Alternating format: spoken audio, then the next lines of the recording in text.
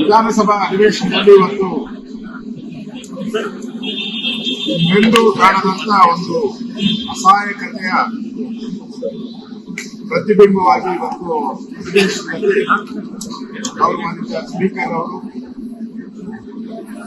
ಸಭಾತ್ಯಾಗವನ್ನ ಮಾಡಿದ್ದಾರೆ. ಪ್ರತಿದಿನನೂ ಕೂಡ ಸುಮಾರು 200-250 ಪ್ರಶ್ನೆಗಳು ಲಿಖಿತ ಮೂಲಕ ಉತ್ತರಗಳನ್ನು ಕೊಡಬೇಕು. ಆದ್ರೆ ಪ್ರತಿದಿನನೂ ಕೂಡ 10%, 20%, 30% ಪ್ರಶ್ನೆಗಳು ಮಾತ್ರ ಅಧಿವೇಶನ ನಡೆಯುವಂಥದ್ದು. ತಾಲೂಕಿನಲ್ಲಿ ಆ ಕ್ಷೇತ್ರದ MLA ಸಮಸ್ಯೆಗಳಿಗೆ ಪರಿಹಾರ ಸಿಗಬೇಕು ಅಂತ ಪ್ರಶ್ನೆಗಳಾಗ್ತದೆ. ಅಧಿವೇಶನ ನಡೆಯೋದೇ ಮೊದಲು ಪ್ರಶ್ನೆಗಳಿಂದನೇ ಅಧಿವೇಶನ ಶುರುವಾಗ್ತದೆ. ಅಂತ ಪ್ರಶ್ನೆಗಳಿಗೆ ಇವತ್ತು ದಿಕ್ಕು ದೆಸೆ ಏನು ಇಲ್ಲ. ಇಡೀ ಸರ್ಕಾರ ಒಂದು ರೀತಿ ಸ್ವತಂತ್ರ ರೀತಿ ಹೆಣದ ರೀತಿ ಇದೆ. ಯಾವುದೇ ಪ್ರಶ್ನೆಗಳಿಗೆ ಉತ್ತರ ಇಲ್ಲ. ನಾವು ನಿನ್ನೆ ನಿಲುವಳಿ ಸೂಚನೆಯನ್ನು ತಂದಿದ್ರಿ. ಆರೋಗ್ಯ ಇಲಾಖೆ ಪೂರ್ತಿ ಆಯಿತು, ಮಂತ್ರಿನೇ ನಾಪತ್ತೆ.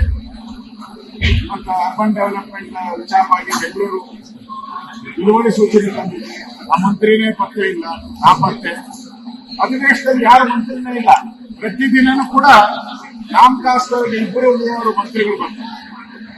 ಸಿಎಂಗೆ ಹಿಡಿತ ಕಳ್ಕೊಂಡ್ಬಿಟ್ಟಿದ್ದಾರೆ. ಯಾರು ಮುಖ್ಯಮಂತ್ರಿ ಅಂತ ತೀರ್ಮಾನ ಆಗದೇ ಇರೋದ್ರಿಂದ ಪ್ರಶ್ನೆಗಳಿಗೂ ಉತ್ತರ ಇಲ್ಲ, ಮಂತ್ರಿಗಳು ಪ್ರೆಸೆಂಟ್ ಇಲ್ಲ.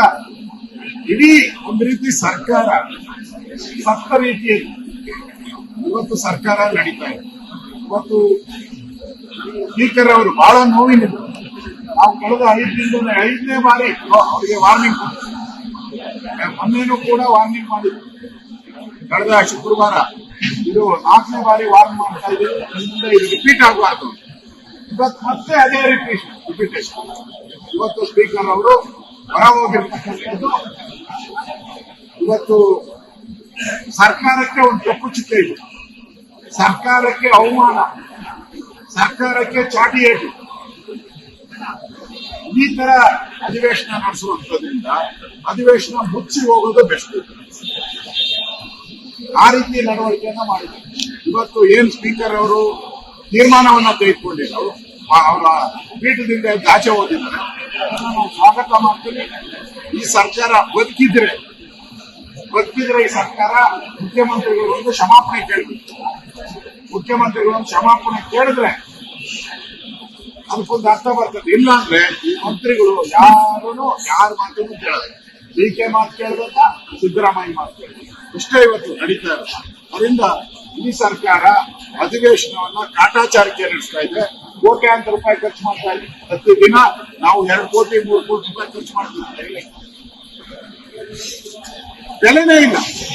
ಆ 2 ಕೋಟಿ 3 ಕೋಟಿ ಅಭಿವೃದ್ಧಿ ಕಾರ್ಯಕ್ಕೆ ನಾವು ಯೂಸ್ ಮಾಡಬಹುದು. ಯಾವ ಪುರುಷಾರ್ಥಕ್ಕೋಸ್ಕರ ಅಧಿವೇಶನ ಕರೆದಿದೆ? ನಾಚಿಕೆ ಆಗ್ಬೇಕು ಕಾಂಗ್ರೆಸ್ ಸರ್ಕಾರಕ್ಕೆ. ಮಾನ ಮರ್ಯಾದೆ ಇದ್ರೆ ಈ ಘಟನೆ ಆದ್ಮೇಲೆ ಆ ಮಂತ್ರಿಗಳು ಮನೆಗೆ ಹೋಗ್ಬೇಕು, ರಾಜೀನಾಮೆ. ಸ್ಪೀಕರ್ ನಿಲುವನ್ನ ಸ್ವಾಗತ ಮಾಡಿ.